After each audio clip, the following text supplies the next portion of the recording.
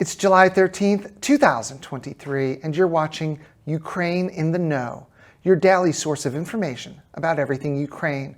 I'm Sergeant Sarah Ashton Cirillo of the Armed Forces of Ukraine, speaking with you from the AFU's Territorial Defense Media Studios in Kyiv.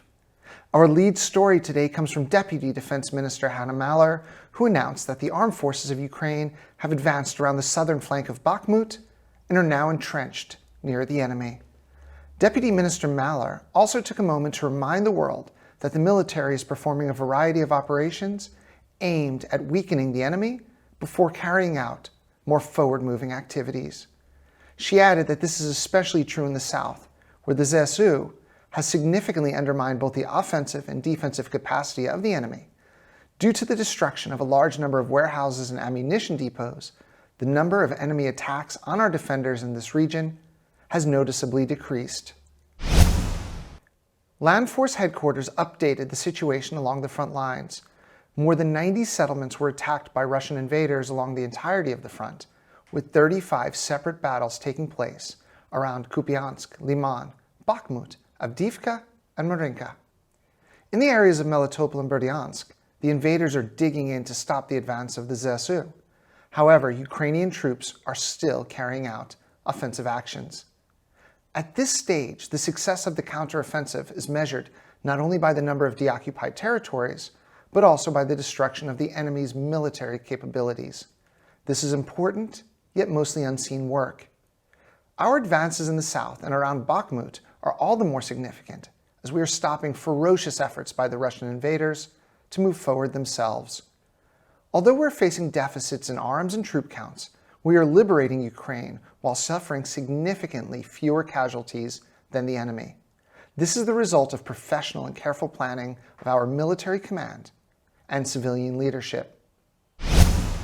As Vilnius wrapped up, President Zelensky had this to say about what the future holds for the security of Ukraine. Quote, "It is very important, for the first time since independence, we have formed a security foundation for Ukraine on its way to NATO. These are concrete security guarantees that are confirmed by the top 7 democracies in the world. Never before have we had such a security foundation, and this is at the level of the G7. It's on this foundation we will build a new legally binding architecture of bilateral security treaties with the most powerful countries." President Zelensky then proceeded to thank more than a dozen nations, leading off with the President of the US and the whole of America, for showing that global freedom really does rely on American leadership.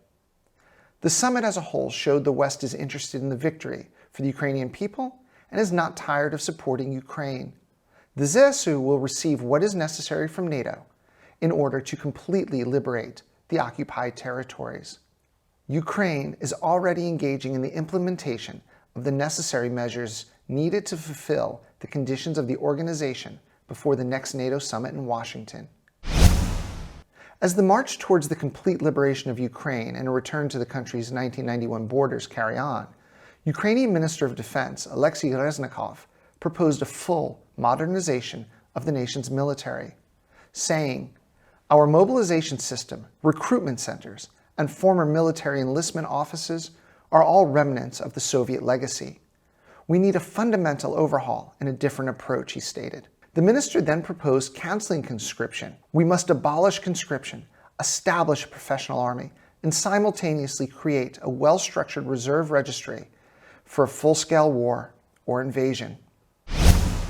On a more somber note, Commissioner for Missing Persons Oleg Kotenko revealed that the bodies of 19 people killed while in Russian captivity were returned to Ukraine. He added that 4 more bodies will be transferred to Ukraine in the near future. In May, Ukraine launched the Unified Register of Missing Persons, which to date has recorded already 24,000 people in its database. In the words of Mr. Reznikov, "Our most valuable asset is our people, and we must actively engage with them."